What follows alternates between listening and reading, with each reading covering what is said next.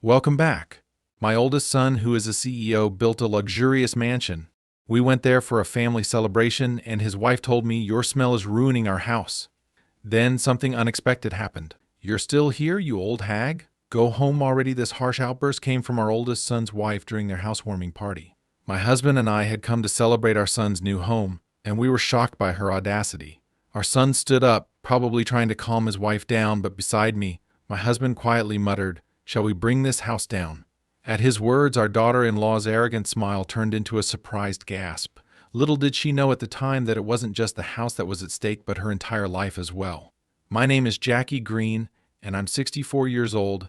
I married my husband Sam and moved into his family home, where we lived a contented life. We were blessed with 2 sons, Robert and Ted, both of whom have grown up, have families of their own, and are doing well. As for Sam and me, all we want is to live out our remaining years in peace and happiness. However, there's one little thing that bothers us. It's our oldest son's wife, Alice. From the moment I first met her, I didn't have a good impression. Alice was 24 when she first came over to introduce herself before marrying our son. Although she greeted us at the door with a hello, there was no smile on her face. "Let me see Alice," right? Since she hadn't introduced herself, I asked my son just to be sure. At my question, Alice scowled. "What? Does Robert have other women?" Both Robert and I were taken aback. "What are you talking about?" "Of course not," Robert hastily reassured her. "Well, then why do you need to confirm my name?" Alice started to argue right there on the doorstep. I'm sorry, I shouldn't have said that. I nervously tried to calm the situation. Even though she was young, I couldn't help but think she lacked common sense, but hoped that time and marriage would improve things. That's what I thought at the time. Both families met, and everything proceeded smoothly. Alice's parents seemed like very nice people. They run a small electrical shop together, and they gave off a good vibe. I thought positively that Alice's initial behavior was perhaps due to her deep love for Robert. After their wedding, the couple moved to an apartment nearby. A few years later, our younger son, Ted, also decided to get married. It was a bit of a shotgun wedding. Ted was still in college, and his bride-to-be, Megan, was 20 and working from home after finishing high school. Honestly, we were worried. We had no idea what kind of girl was going to come into our lives. But when we first met Megan, she came with a gift and introduced herself politely at the door. I was surprised. Although we had thought that Alice's behavior was due to her youth, Megan, who was even younger, was very polite and respectful. There were some concerns about how their relationship began, but Megan seemed like a wonderful and kind girl. In the time leading up to their wedding, Megan visited us many times. She always offered to help out around the house. Of course, we couldn't let her do that, but we were incredibly touched by her thoughtfulness. The second son's wife's family owned a small construction company. Ted, who was still in college, decided to drop out and start working there. Then a beautiful baby girl was born to the couple. When the baby turned 6 months old, they decided to hold a belated wedding ceremony. Of course, the eldest son and his wife attended the ceremony. However, Alice looked sullen the whole time. Despite being a part of the family, she was constantly on her phone, never leaving her seat.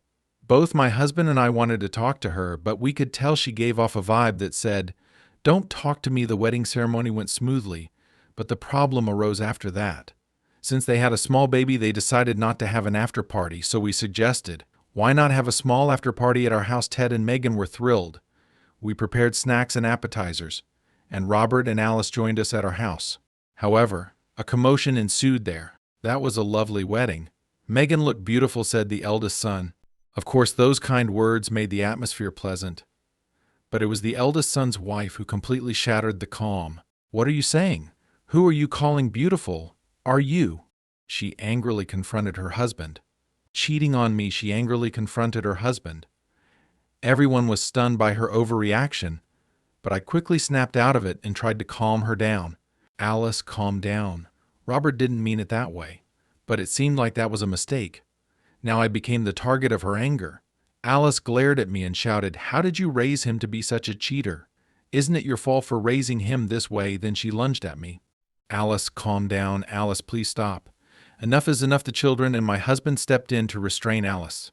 I immediately told Megan to take the baby somewhere safe and asked her to leave the room. Looking at Alice, who was panting heavily from her outburst, I was sure she must dislike all of us. No, everyone involved with Robert. She sees only Robert. For better or worse, we decided it would be better for Robert's sake to distance ourselves from them, and so we have kept a minimal relationship with him up to now. After the incident, I told Robert, "Don't you think it might be better to divorce?" To which he replied, I have thought about that too, but when I mentioned it, Alice apologized in tears. After receiving words of apology from her, both my husband and I decided to leave the matter to the two of them. Despite the ups and downs, our eldest son and his wife celebrated their 15th wedding anniversary. Since they didn't have children, we didn't have many opportunities to meet with our eldest son and his wife, but we figured it was better to go on without any confrontations causing issues. Both my husband and I thought the same. Then one day our eldest son contacted us. He said that he had decided to start his own business, focusing on the development of a game he had been working on as a hobby. In other words, our eldest son was going to be the CEO. He said he didn't need a large office to develop his game, but he would hire a few employees, and each of them would work from home. Because there would occasionally be a need for meetings, he told us he was planning to build a new house with a small meeting room and his own workspace. My husband and I were very happy to hear that our eldest son was turning his hobby into his career and looking toward the future. A few months later, a mansion was completed. We were invited to the housewarming party along with our second son's family. It had been several years since we last met our eldest son's wife, but she had become a fine adult. I thought there wouldn't be any problems like before. Thinking that, we brought our congratulations and visited our eldest son's home. "Hello, excuse us," I said as I rang the bell. My eldest son came out to greet us. He guided us inside the house, saying, "This is the conference room. This is the workspace. And this is the living area. It's properly locked." He led us to the living room while showing us around the house. "Oh, it's lovely," I said, looking around the room with my husband and the family of our second son following behind, all wearing smiles. A meal was prepared in the living room, but I didn't see my eldest son's wife. "Where is Alice?" I asked my eldest son, but he didn't want to talk about her. In the end, we started eating without her. My husband and second son each gave their housewarming gifts to our eldest son. "You didn't have to do all this," my eldest son said, grateful but accepting the gifts with thanks. Acknowledging the celebration, the second son's family had one more child since then, and the older child was already in elementary school while the younger child was still 2 years old. Both of them were excited about the new house. That's when it happened. There was a noise upstairs, followed by the sound of footsteps and someone coming down the stairs. "What?" "Alice is here," my eldest son, who is a CEO. My oldest son, who is a CEO, built a luxurious mansion. We went there for a family celebration, and his wife told me, "Your smell is ruining our house. Leave." Then something unexpected happened. I called out to my eldest son, but he didn't answer. When she entered the living room, she frowned upon seeing us. "Alice, hello." It's been a while. I called out to her, but she was still looking sullen as usual. Then she said to us, "You're still here? You old folks should go home already." Alice's harsh words froze the warm atmosphere in the room. "Hey Alice, how can you say such a thing?" Robert chastised his wife, but it was clear Alice had no intention of taking his reprimand to heart. "Well, it's the truth, isn't it? Our brand new house is getting ruined because of them. I told you not to invite them over. And what are you, some big shot CEO now? Hanging around with some old codger who keeps working past retirement, and people who are so average they had a shotgun wedding after dropping out of college. We live in completely different worlds." I was speechless, and so was my second son's family. Even my grade school grandchild was struck dumb in surprise. I had made various excuses attributing her behavior to her youth or excessive affection for my eldest son, but that was my mistake. Something essential to her humanity is missing. She lacks warmth and kindness towards others. It's not that she loves my eldest son the most, she loves herself above all else and values her status as the wife of a company president more than anything. I was furious. I couldn't stand silent anymore. As I was about to retort, my husband, who had been listening to the argument between my eldest son and his wife, let out a sigh. Usually calm and gentle, he said, "Maybe we should just tear this house down." At my husband's words, my eldest son, second son, and I involuntarily looked at him. Nobody could believe that such words had come out of his mouth. Only my eldest son's wife let out a surprised gasp. "What? Do you even understand what you're saying?" Alice asked. "Of course I do," my husband replied. "A house designed by me and built by Ted might be better off not existing. Alice, as the president's wife, wouldn't you be satisfied with such a house designed by an old man and built by someone beneath ordinary? Our worlds are different. You should just move out." My husband's calm tone was ironically scary. Knowing this, none of us could interrupt the conversation between him and Alice. "What do you mean?" Alice started to tremble at his words, and she glared at my eldest son. Noticing her gaze, my eldest son sighed and said to Alice, "It means exactly what he says. This house was designed by my father, a top architect, and the contractor is Megan's family's firm, with the foreman being Ted. I may hold a title and be a president, but I neither have substantial wealth nor reputation. Yet thanks to my family, I could own such a wonderful house. Among us, I know we are the most ordinary or even beneath ordinary. Alice turned pale at my eldest son's words. She must not have known, but even if she didn't know, didn't she ever wonder? There's no way our eldest son's income or savings alone could have built such an impressive house. My husband didn't even charge for the design work, and there's hardly any profit for our second son's in-laws who run a construction company. I can't thank them enough for helping us simply because we're family. Yet our eldest son's wife has the audacity to act pompous just because of her husband's status. Who does she think she is? Less than average, Alice repeated his words as if she couldn't believe them. You could see the despair on her face. Indeed, my husband still works for a company even after his retirement, but that's because the company asked him to stay on as a top-tier architect.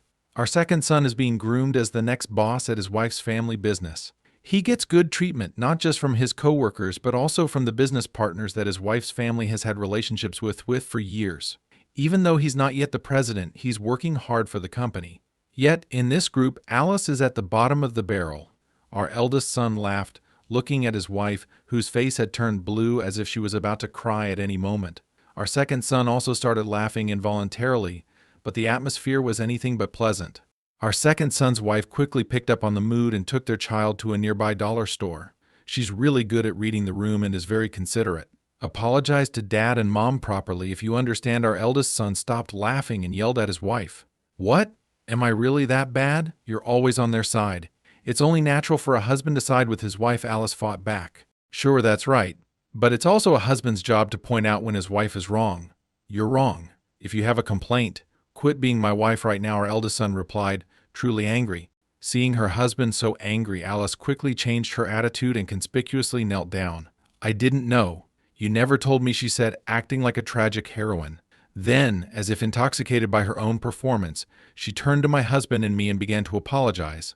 I'm really sorry for the rude things I've said. We watched her act with a blank expression, not feeling a shred of sympathy. Her overly dramatic apology didn't touch our hearts at all, and it was too late to apologize anyway. We had no intention of accepting her superficial apology, just like last time. Seeing his wife in this state, our eldest son asked, Dad, Mom, what do you think? Am I terrible? Am I doing something wrong? My husband looked at me, realizing that I had something to say. I could forgive her for her previous remarks. No, Robert, I think you're right. If a wife disrespects her family, it's a husband's duty to correct her. I will reflect and change my attitude. Alice continued her melodramatic act. No, Alice, this is not the first time you've been disrespectful to us, is it? How many times have you been told this by Robert? Robert must have pointed out your words every time, right? What about that? I asked. At my words, Alice bit her lip, turning pale. I don't meet someone who belittles my husband and son in the Green family. It would be better for both of us to cut ties, I said.